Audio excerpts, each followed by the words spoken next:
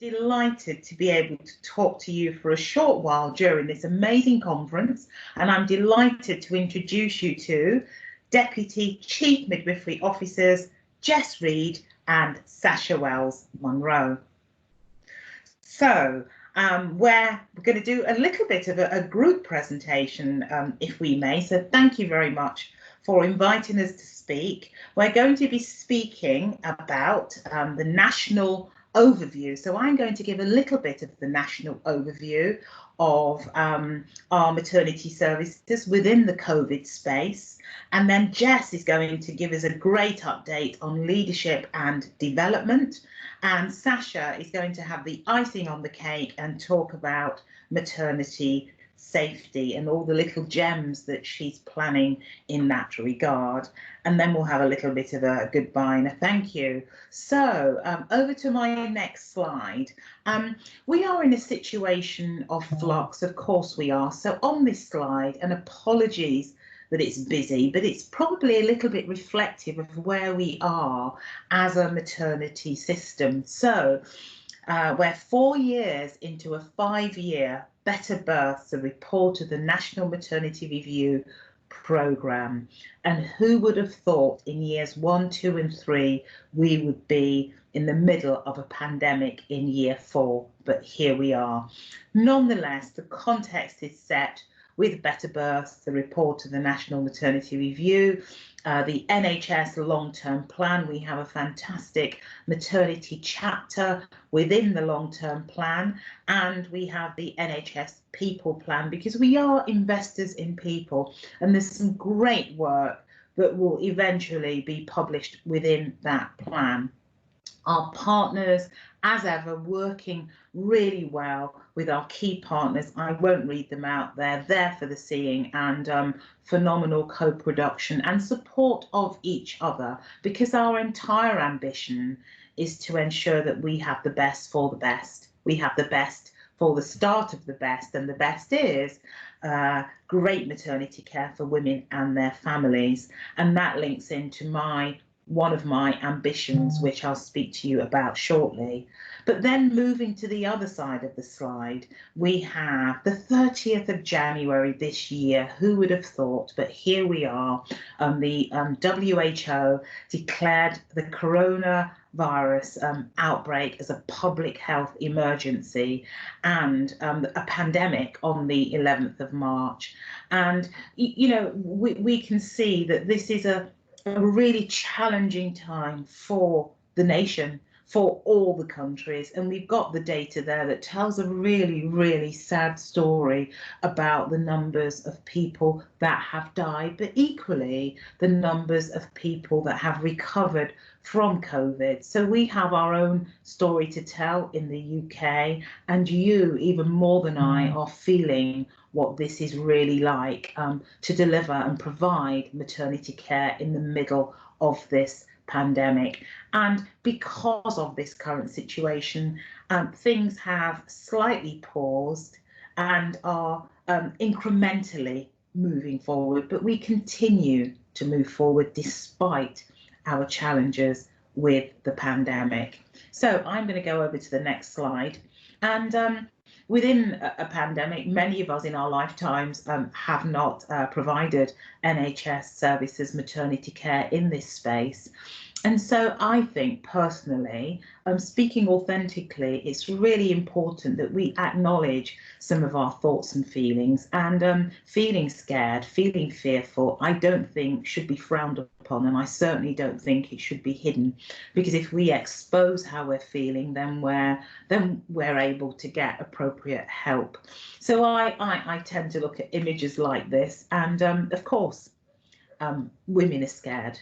Midwives are scared, support staff are scared, our obstetricians, our anaesthetists, people are fearful of the unknown, and coronavirus, SARS-CoV-19 is scary, it's unknown. But the good news is that we have a plan. We're over the peak.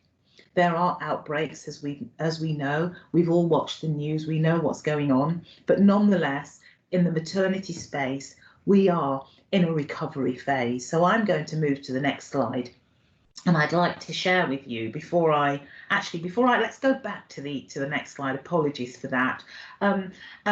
During this time of the pandemic, we have, and I'm really proud to say, whilst there are some really sad things that have happened, there are some exciting things that have been running alongside this situation. We have built an infrastructure for midwifery leadership in England that we should all be proud of. We now have in my office, we have, as I've mentioned, Jess and Sascha, who are Deputy Chief Midwifery Officers, the first of their kind in history. And the first, we have 7 regional chief midwives in each region in the NHS.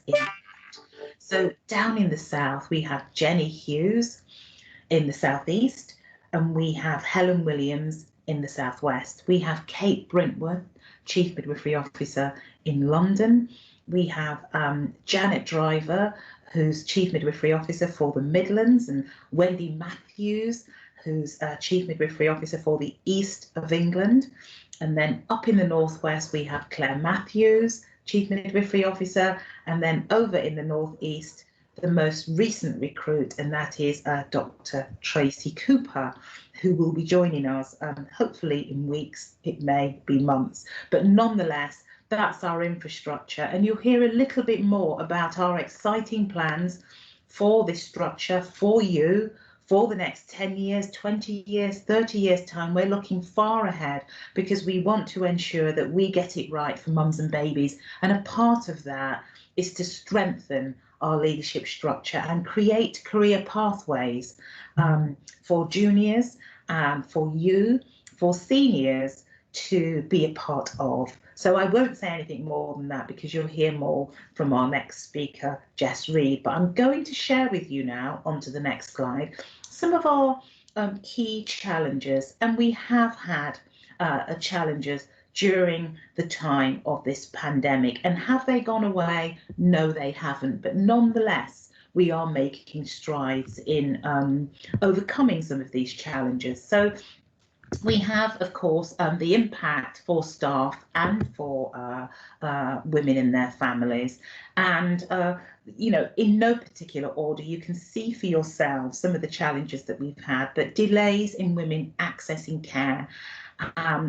These are the things that keep me awake at night. And why are there delays? Well, our evidence and our feedback from women and their families, they tell us that they're scared. They're scared of catching coronavirus. They're scared of this whole thing of COVID-19. They're fearful for themselves, for their unborn babies, and indeed for their families. And so they are tending to stay away. And for everything that I share with you in terms of a concern, we have been able to develop an intervention that will allay some of these concerns.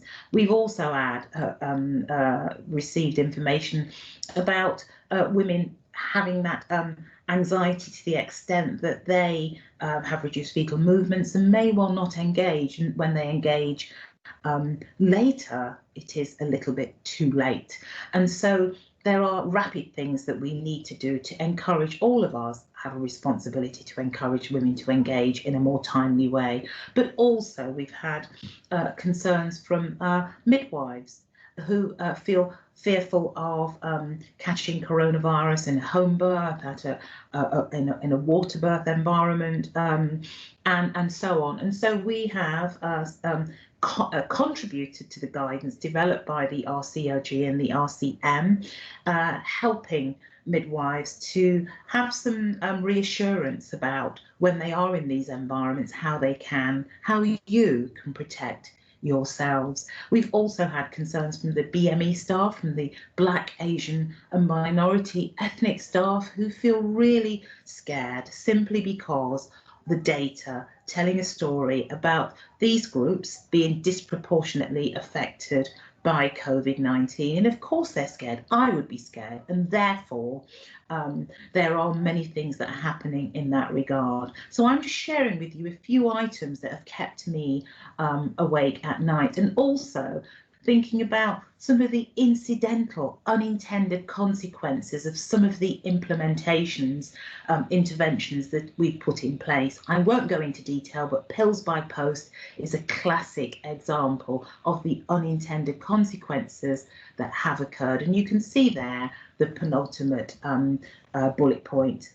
And the last thing I would say, this is not everything, but the last thing I would say, because of the period of time that I've got to speak to you, my concerns relate to suspension of services, and we're going to go on to the next slide to look at how that has impacted on our maternity service. So suspensions of services at the peak of the pandemic, 74 trusts out of the 130 then, because the position has changed, the denominator's changed slightly, but 74 trusts had suspended their home birth service.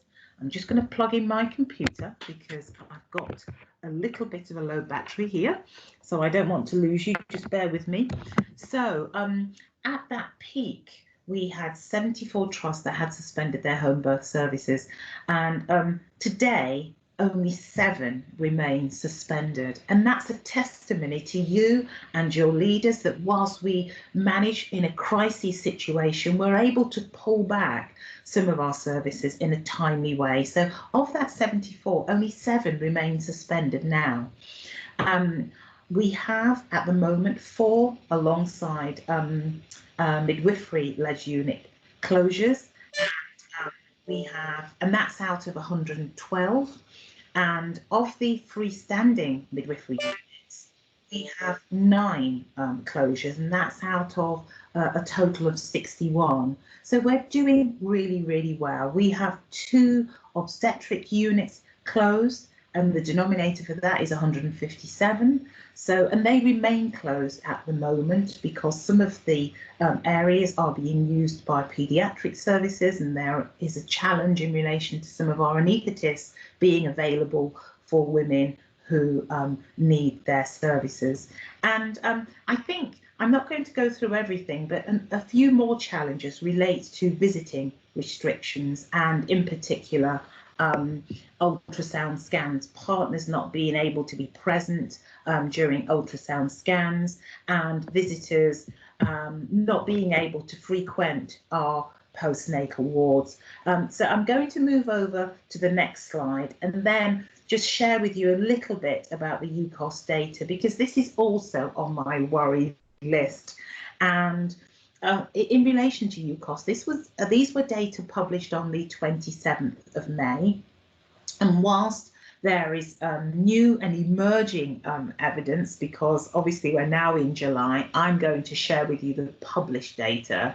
So you can see there we have about 839 cases that have been analysed by UCOS at that point. And those data told us that 53% of those women were from a BAME background. And at that point, there were 6 maternal deaths. And you can see for yourselves at the bottom of the slide the comorbidities in relation to BAME, being overweight and obese, pre-existing comorbidities and maternal age, really taking their place in terms of that comorbidity in relation to COVID-19. And within those data, there is a reference to again, Black, Asian, minority, ethnic women being disproportionately affected by COVID-19. Some 53% being in hospital as a result of COVID-19. And indeed, if you're Asian, you're 4 times more likely than your white counterparts to be pregnant and in hospital with COVID-19.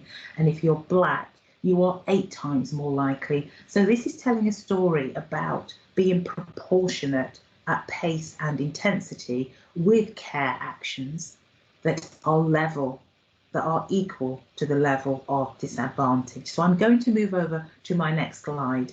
The UCOS data is just a point of note for you to think about: what should I be doing? What should you be doing in this space right now based on those data? And that is, healthcare is universal. Of course it is. And we're providing the best that we can for women and their families. But it does beg the question of being proportionate at pace and intensity, giving a little bit more for those that are more likely to be affected. So this is my last slide before I hand over to Jess.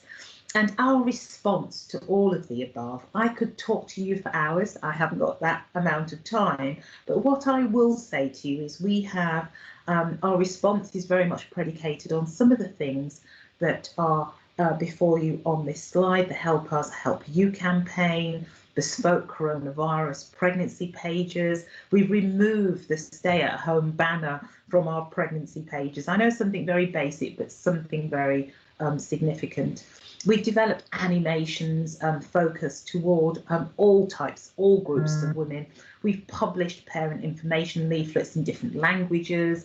We've got the Attend Anywhere virtual appointments, home blood pressure monitoring kits.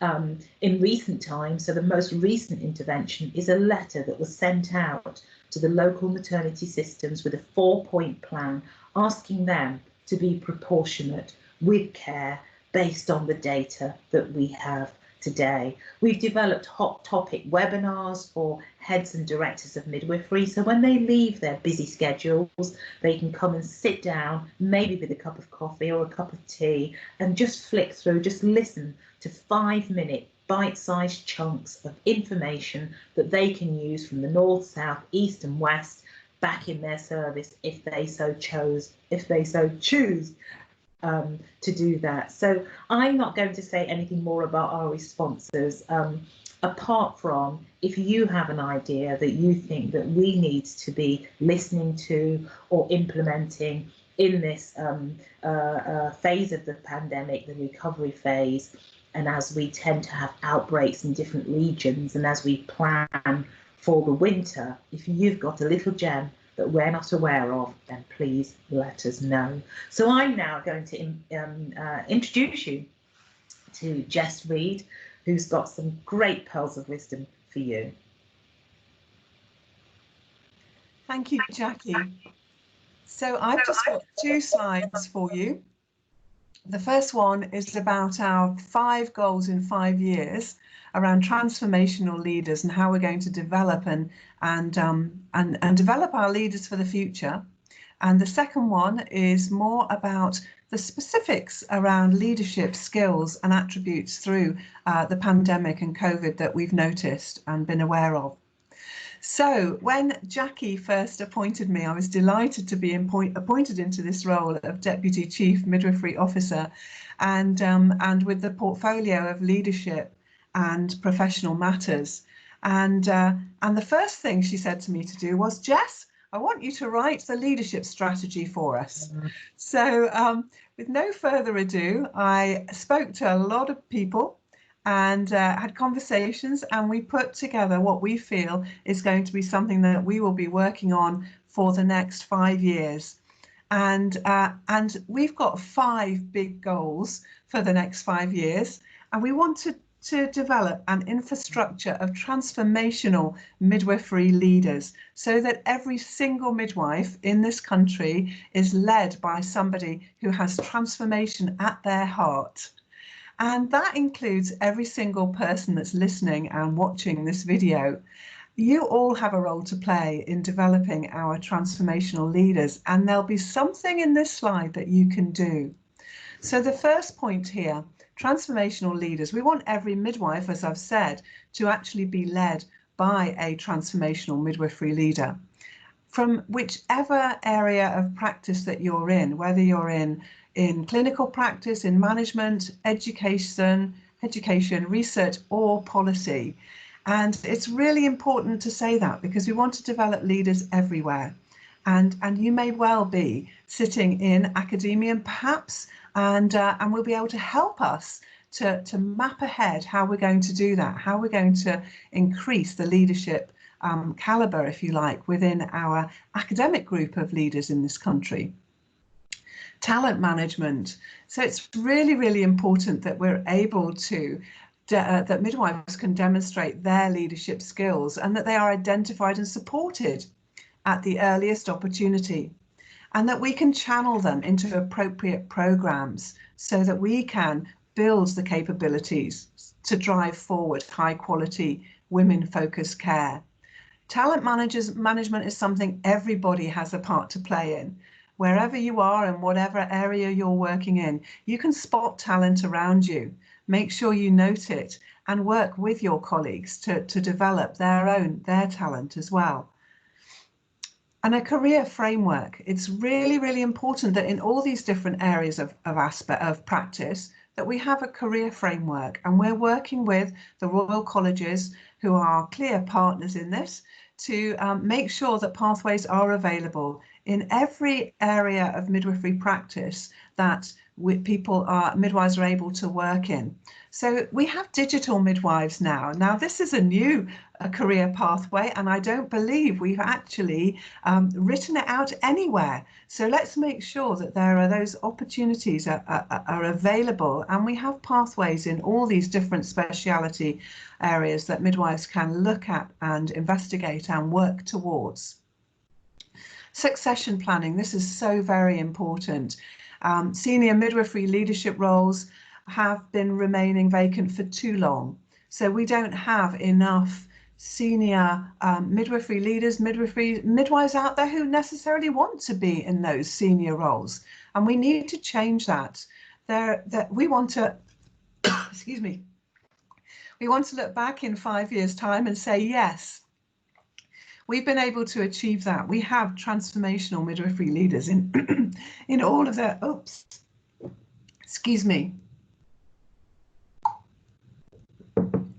in all of the senior midwifery leadership roles. So succession planning is really important. Do you know somebody that you are working with who would be able to be developed to take on the role that you're in? So we all have a part to play in that. And aspiring leaders. We are very, very keen, Jackie and Sascha and I and our national team of senior midwives, we're really keen to develop our aspiring midwifery leaders, and we're working with the NHS Leadership Academy and other providers to ensure that we are addressing the need for those midwives who are aspiring to be leaders of the future. So thank you. We'll have the next slide. Okay, so what about COVID-19 and how has that impacted on the skills that we need to develop as senior leaders? Certainly, our plans to run courses for aspiring midwifery leaders have had to be put on hold, but we are in conversation with providers of courses and looking at other ways that we can develop our leaders in a time where we have to do everything virtually at the moment. So watch this space, there will be some news on that in the future. But in terms of transformational leadership, the skills that we really need to apply are these 5 areas, and they come from an article that's written by Deloitte's, actually a corporate company, but very applicable to NHS. So we need leaders who are designing from the heart and the head. So like never before have we needed empathetic leadership, but also alongside leaders who can stick to what the goal is in mind. You know, we do have to meet the goals and ambitions that we're looking for. So we have to have a design that's empathetic, but also sticking to and getting the job done. Putting the mission first, not losing sight of what the most important thing is in the role that you're doing and the work that you're fulfilling. Make sure that the mission comes first, and that you are able to stabilize what you're doing in order to move forward and keep that end sight and then end goal in mind. Aiming for speed over elegance. I think this is a really nice one where you have to make sure that you're getting the job done. There's an urgency around it, isn't there? There's definite urgency. We need to find a vaccine. So we're having to work not with incomplete information at times, but you still have to get that done. I think Professor Sarah Gilbert working in Oxford on a vaccine is a really good example of that, not having the perfect information, but working at speed to get the job done. And owning the narrative. So resilient leaders will seize the narrative at the outset and whilst being transparent about the realities that we're facing at the moment. They'll also be able to paint a compelling picture to all the people that you're working with about where we're heading and the future that we're heading for in order to inspire others. And then finally, embracing the long view. And this is about needing resilient leaders who can, as I've mentioned, stay focused on the horizon, but also able to anticipate all the new innovations that are going to come about and spark those innovations that can define tomorrow. So it's really important at the moment that when we're talking about and thinking about leadership, transformational leadership within the midwifery space, that we think ahead, we move with speed, rather than necessarily elegance. We own the narrative. We want to be the safest country in the world for women to have a baby. And at that point, I'm going to hand over to Sascha Wells-Munro, who's going to talk about safety. Thank you, Jess, and hello everybody. It's an absolute pleasure to be with you today, albeit by video. And thank you very much for asking us to be with you on this occasion. So I have been very, very fortunate to be appointed as Jackie's second Deputy Chief Midwifery Officer, and my portfolio is safe maternity care and quality improvement. And I just want to share with you one of the team's 3 ambitions is about safe and personal care. And obviously that's a very key part of the National Maternity Review and the National Maternity Transformation Programme. So what is our ambition? Well, it picks up on all the things that Jess has already talked about leadership, development of those key emerging midwifery roles within our workforce and helping them to develop and influence maternity services moving forward. But it's also about increasing the opportunities for midwives, as Jess has already alluded to, and influencing that huge transformation agenda that we have for maternity services in England by working with the local maternity systems, their STPs and their integrated care systems. And that's very important to ensure that the maternity services agenda and the safety agenda, more importantly, is really high and high profile across England. Again, Jess has talked about enhancing our leadership skills, and it's really about ensuring that we can support the continuity of care agenda, which we absolutely know is evidence-based in improving safety and care for women through that personalised care and that one-to-one care that as a midwife we can provide to them through that relationship that we develop over a period of time.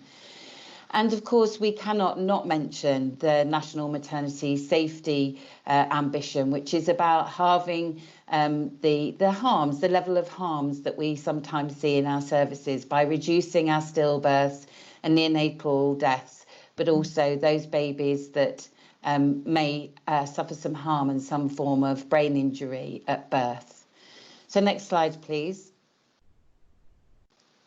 So you've already heard Jackie talk about the things that have happened and some of the situations that we faced in maternity services, which all of you will be very well aware of through the COVID-19 pandemic.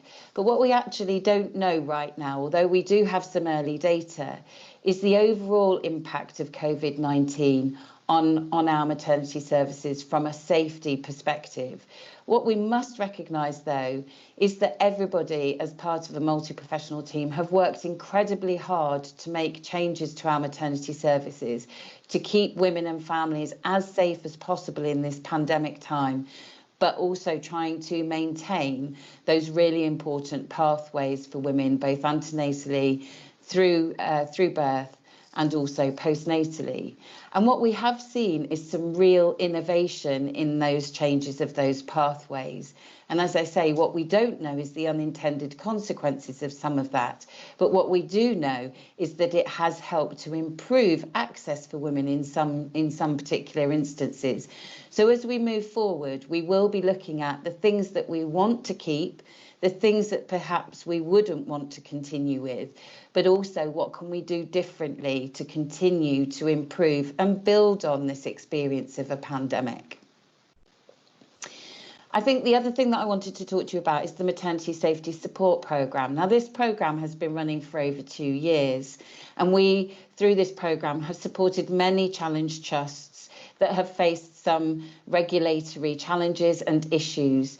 But through helping them to meet that regulatory challenge, we've also supported them to be able to move forward with the National Maternity Agenda, reduce duplication, really focus the Trust's executive team and wider stakeholders on the important agenda for maternity services by supporting safe, high quality maternity services through good quality improvement tools, etc.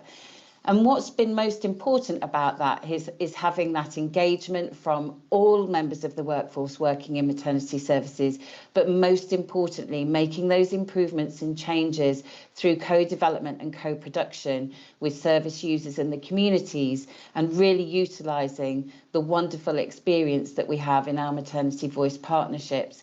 And I think it's also important to say that a lot of the changes that we've made through the pandemic have been supported by the maternity voice partnerships and that co-design and co-production.